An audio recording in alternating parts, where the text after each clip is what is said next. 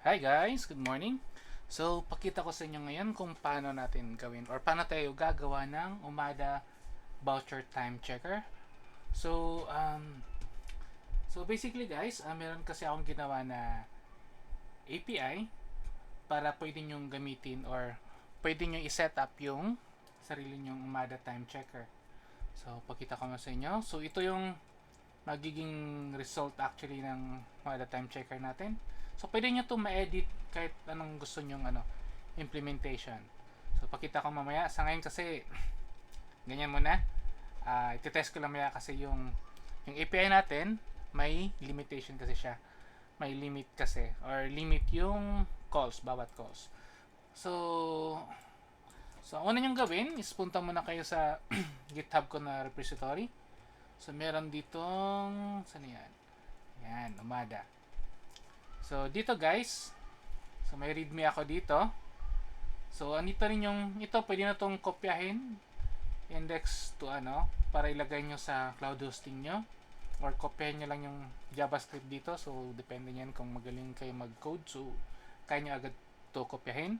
Or, gusto nyo rin na i-host sa GitHub, katulad ng ginagawa ko. So, free lang kasi yung hosting dito. So, at least, tapos ipangalan nyo lang sa ninyo. So, yan, may free tayong hosting. So, yung una natin gagawin is yung kasi natin, API, is gumagamit tayo ng Rapid API. So, basically guys, paid po to siya, pero may free tier naman tayo, pero mura lang din yung natin. So, una, register kayo sa Rapid API ng account. So, ito yun siya. Sign up lang kayo dito. Tapos, pwede nyo gamitin kahit wala pang credit card. So, pwede mag-free. Tapos, gagawin nyo dyan is search nyo lang search nyo yung Umada Voucher API or click nyo yung link. So, pag search nyo siya sa API Hub. So, yan, nakalagin na to. So, search nyo lang yung Umada. So, isang resulta niyan. So, sa akin lang yung lalabas. So, yan. So, ito na yung natin. API. So, ngayon, ang gagawin natin dyan, so ito yung pricing. So basic natin is $0 lang siya. So, 5 per day. So, after 5 calls, hindi na siya gagana. Then, everyday naman yan siya. Tapos, pag pro, $1 lang. So, $1 nasa 50 plus. Per month yan siya. Per month yan siya, guys. So, 100 per day. So, feeling ko enough na to para doon sa isang site lang. So, doon naman sa nagpapa-rent ng pwede sila gumamit ng Ultra. So, ito, may hard limit. Ito, naka-promo to ngayon. Ito siya guys, isang site lang. Itong Ultra multi-site. So, ibig sabihin, pwedeng iba't ibang site yung i-register nyo. So, sa iba't ibang client nyo. So, meron siyang 1,000 per day. So, naka-hard limit. Ito, promo to siya ngayon, naka $5. Pero actually, ito siya $10 per month. So, nasa 250 lang. Yun lang yung babayaran nyo. Tapos, mabigyan nyo na nyo ng features yung mga users nyo. Or kung meron kayo sariling pwede rin ito. So, kung kulang pa to sa inyo, sabihan nyo lang ako para at least pwede kong yung mas madami pa yung limit sa plan. So, yun lang yung So, mura lang siya actually.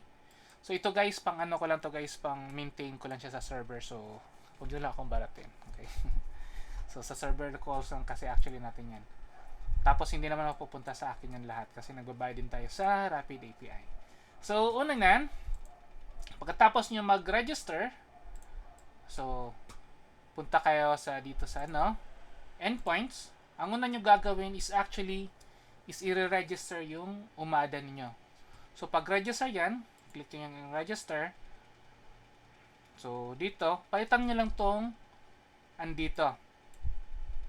Palitan nyo lang yung Umada host. So, for example, yan, kung anong Umada nyo. So, kung meron kayong, yung iba kasi merong, port. So, ilagay nyo lang yan yung port. Kung merong port, tipong ganyan. Tapos, yung username niyo, tapos password, tapos yung site name. Yung site name, guys, yun yung nakikita nyo sa Umada controller nyo dun sa organization. Sa taas, diba may global yung dito banda. Hindi ko lang papakita to kasi hindi sa akin kasi. So, pero gagamitin natin siya pang test. So, may site doon. Dapat pareha yung ano ha.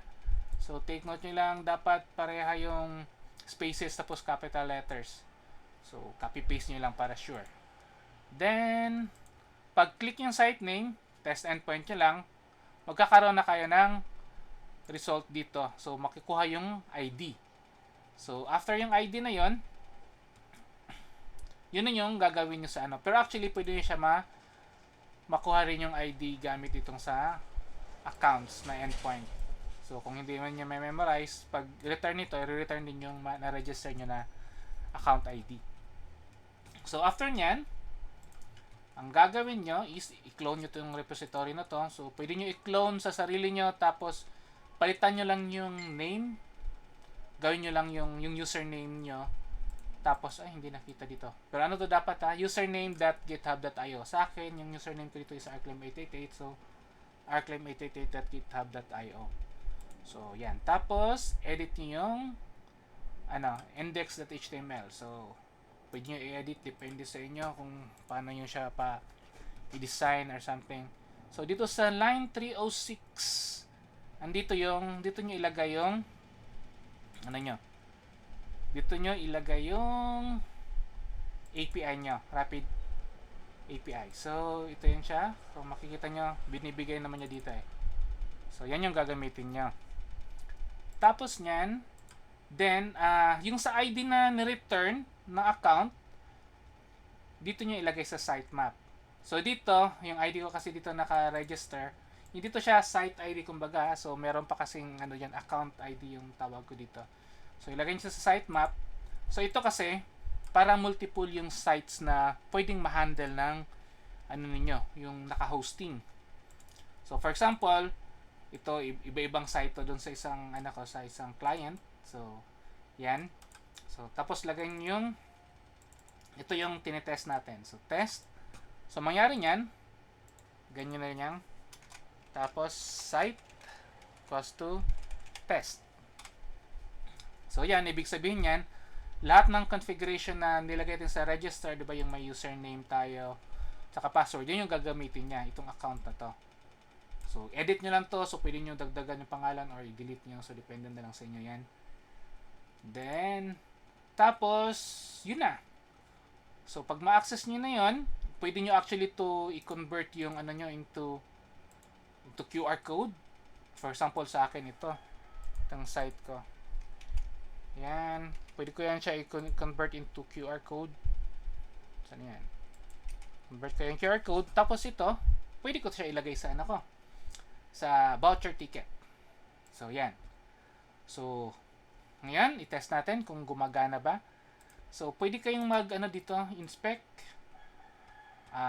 Para makita nyo yung mga pinapasa ko na data or yung return. Makita naman dito. Inopen ko yan siya lahat. So, pwede kayong mag-console log or something. Makita nyo rin dito sa code. So, yan o. Kung papansinin nyo, andyan na lahat yung mga kailangan ninyo. Yan o. Change yung IP, i-kunin yung IP, tapos ipasa. So, pwede nyo i-edit kung anong gusto nyo i-edit. So, yan. Try tayo. Magpupunta muna ako sa hotspot manager ko. So, hindi ko lang ipakita guys ha.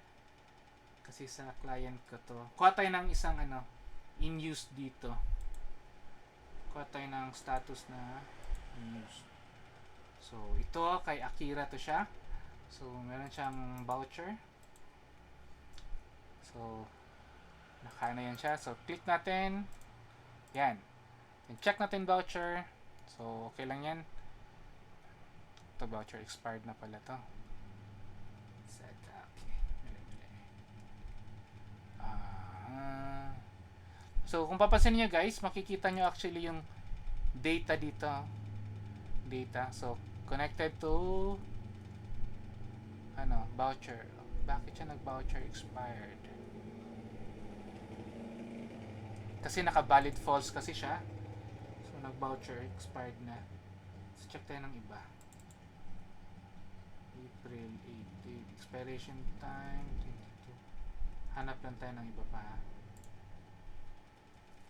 Yung matagal yung expiration.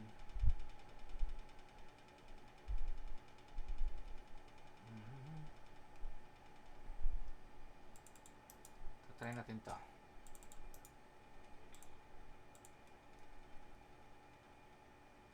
Yan.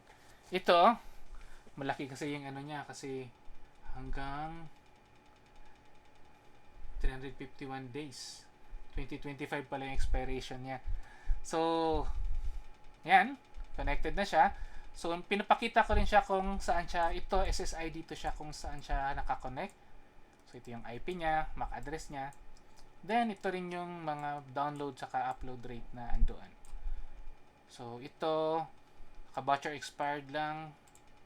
Bakit siya naka-valid naman? So, edit nyo lang to sa code. Baka may nakalimutan ako dito. So, dito lang yung sa voucher expired.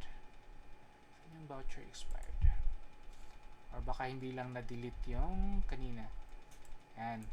Valid false. So, hindi lang siya na-empty pala kanina. So, yan. Dapat edit nyo lang yan. So, yan. Gumana siya. Refresh na natin ulit. Try tayo ulit ng mas maaga. Hanap na tayo dito. Hanap tayo ng puro 2025 yung ano niya eh. Ito. Try natin to. Kung okay pa. Yan. So, ito guys, 5 lang kasi yung ano natin for testing everyday. So, kung papansinin mo ito ng message. I-exceed daily quota for request. So, since exceed na siya, so, ang kailangan natin is, ano na, pwede nyo nang pwede na kayo mag-upgrade na lang into change kayo ng plan. So, ganun lang guys. Ganun lang yung setup natin ng testing. So, pwede kayo makatest kahit gaano kadami para makita nyo kung gumagana sa system niyo. Pag hindi, sabihan nyo lang ako. Tapos, bigyan nyo ako ng access para i-try ko. Para mapagana ko rin sa system nyo. So, ganun lang guys. Ganun lang kadali. Tapos, ganun lang din kamura. So, grab nyo na to habang mura pa. So, eventually, babagayin ko na yung sa Ultra at saka Pro next time. Pag nakita ko yung tunay na costing sa ating server. So, sa ngayon kasi, halos free pa natin yung Okay? So, yun lang guys. Yung para sa ating sa Mada voucher checker. Okay? Chat nyo lang ako pag may questions or then don't forget to like and subscribe.